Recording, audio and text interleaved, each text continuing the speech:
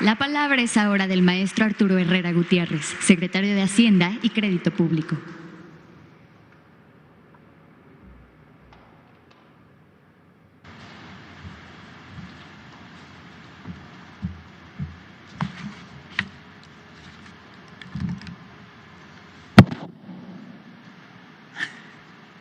Muy buenas tardes, me da mucho gusto estar con ustedes. Ayer recordábamos que justo hace un año, al momento en que se clausuraba la 83ª Convención Bancaria, estaba coincidiendo justo con el anuncio del inicio de la jornada de sana distancia. Es decir, fue justo el momento en que empezó de manera oficial a reconocerse tanto las medidas que se tenían que poner en los aspectos sanitarios como el impacto económico que esta podía tener. Me da mucho gusto también que sea ahora en esta convención en la que en un formato virtual semipresencial podamos nuevamente empezar a darle salida a esta pandemia y a la recuperación en la parte económica. Habíamos señalado que inmediatamente después del inicio de la pandemia, las autoridades financieras y bancarias, junto con la Comisión Nacional Bancaria y de Valores, el Banco de México, etcétera, tomamos una serie de medidas con el objetivo de tratar de mitigar el impacto que la pandemia, el distanciamiento social tuviera en la economía de las familias y de las empresas. Las primeras dos medidas que tomamos desde la Comisión Nacional Bancaria fueron 2 rondas de facilidades autorizadas en 2020 para que los bancos e intermediarios financieros no bancarios pudieran flexibilizar sus reglas contables y permitir con ello reestructuras de los créditos. Déjenme darles cuáles son los números finales resultado de esas medidas. Estas medidas de flexibilidad contable permitieron que 8.6 millones de créditos no pagaran ni capital ni intereses durante un periodo de 4 a 6 meses. 1 de cada 5 pesos de la cartera del crédito de la banca comercial fue reestructurado a través de este mecanismo y estos montos equivalieron a 1.4 billones de pesos. Una vez que esta facilidad terminó y a partir de septiembre se aprobó que pudiera reestructurarse créditos en mejores términos de tasas, pagos mensuales y plazos con afectaciones mínimas del historial crediticio de sus titulares, la llamada marca suave en el buró de crédito. La gran mayoría de los bancos aprobaron reestructuras en términos muy similares. Pero no se trata ahora únicamente de discutir qué fue lo que hicimos durante el último año, sino también de hablar cómo vamos a hacer conjuntamente esta recuperación y cómo va la banca a abonar al impulso y al crecimiento en este año. Nosotros estamos convencidos, y así lo prueban los estimados, que la economía mexicana está operando mejor de lo que todos habían pronosticado. Nosotros habíamos esperado un crecimiento del 4.6% en términos reales para este año y la mayor parte de los analistas los han venido actualizando y están en niveles de 5.5%. En 3 semanas nosotros daremos a conocer nuestro nuevo estimado. A pesar de que esta es la crisis más seria desde 1932, es una crisis con características completamente distintas. Las reservas internacionales se encuentran en 195,000 millones de pesos. Tenemos todavía disponible la línea contingente con el Fondo Monetario por 61,000 millones de dólares, la línea swap con la Fed por 60,000 millones de dólares y tenemos otras características importantes como los niveles de deuda del país que en términos brutos representan alrededor del 63% del PIB, cifra muy por debajo del resto de Latinoamérica que está en 79% del PIB. Además, después del periodo de exacerbación de riesgo en los mercados internacionales que llevó a que el tipo de cambio llegara a 25.3 pesos por dólar, hemos visto una revaluación de 11.5%. La mezcla mexicana al día de hoy se encuentra en $62 por barril, $20 por encima que lo que habíamos estimado para este año de $42. Cada dólar representa 14,000 millones de pesos, así es que si esta tendencia se mantuviera, serían alrededor de un poco más de 300,000 millones de pesos adicionales.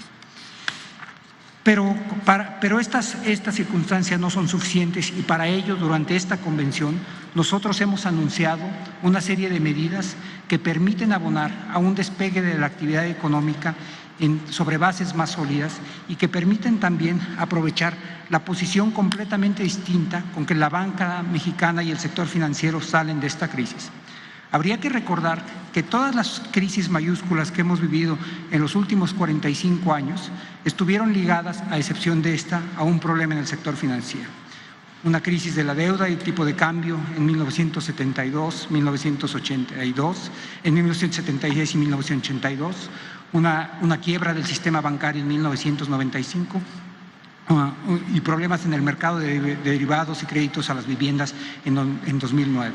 No es por eso sorprendente que saliendo esas crisis, en 1982 el crédito de la banca privada al sector no financiero hubiera caído 31% en 1982, 18% en 1995 y una cantidad similar en el año 2009. En cambio, en este año la caída fue solamente del 2%, pero además la banca sale mucho más fortalecida. El nivel de capitalización de la banca es del 17% hoy, a diferencia de un poquito más del 15% hace un año. ¿Cuáles son las medidas que nosotros anunciamos el día de ayer? Y quisiera yo enfatizarlas para ayudar a que este crecimiento no solamente sea más robusto, sino también sea más incluyente. El día de ayer, de manera muy importante, anunciamos una medida que cambia los ponderadores de capital, que va a permitir, en línea con los niveles de riesgo de Basilea III, que disminuyan las cargas para cierto tipo de créditos. Déjenme repetirlo una vez más. El día de ayer anunciamos unas medidas que cambian los ponderadores de riesgo para 3 tipos de crédito. Permítanme repetirlo una vez más, pero ahora en español. El día de ayer cambiamos los ponderadores de riesgo que van a permitir y esperamos que se traduzcan en que caigan las tasas de interés en los créditos hipotecarios, los créditos al consumo y los créditos para pyme.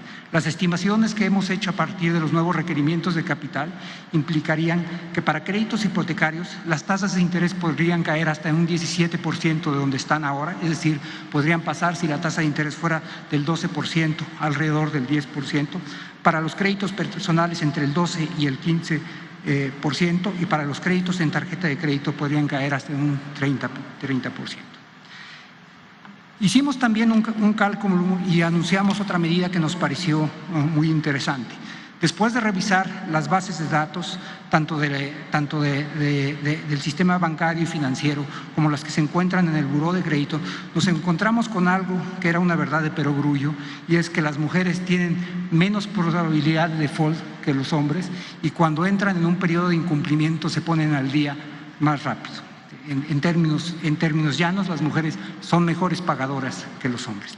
Lo que nos pareció que teníamos que hacer esto es establecerlo en la regulación para que pudiera ser reconocido, de tal forma que lo que encontramos en las bases de datos es que las mujeres tienen un 10% de probabilidad menor de default que los hombres. Si esto es reconocido, como lo hicimos ahora en la regulación, eso quiere decir que se podrían otorgar a caer hasta el 10% en la tasa de interés en los créditos que sean otorgadas a las mujeres. Déjenme ser muy franco con esto. Esta no es una medida de acción afirmativa. Esta es una medida que reconoce el hecho de que las mujeres tienen un menor riesgo crediticio que los hombres. Quisiera hacer referencia ahora a una serie de medidas que hemos venido acortando junto con el Banco de México y la Asociación de Bancos con relación al apoyo que se debe dar a los migrantes. Quisiera referirme a tres de ellas en particular.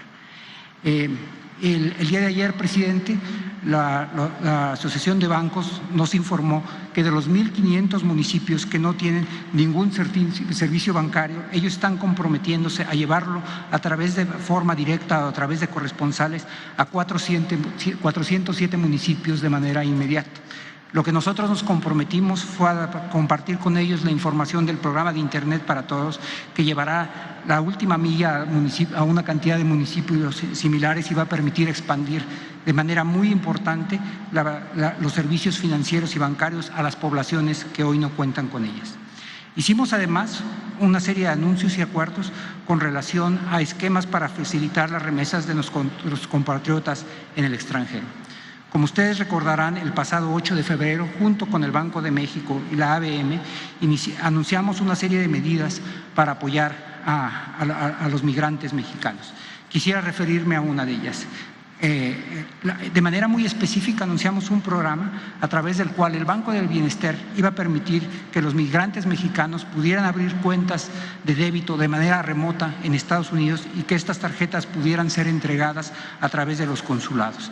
El día de ayer se entregaron las primeros 5 de estas tarjetas en la ciudad de Orlando. Una medida adicional que hicimos fue el permitir que se abrieran, que se expandiera la lista de municipios en los que pueden ser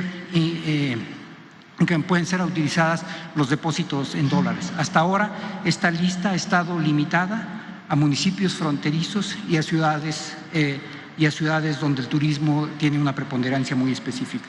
Lo que hemos hecho a partir de ahora será ampliar esa lista de municipios hacia aquellos municipios donde existe un alto porcentaje de familias de migrantes.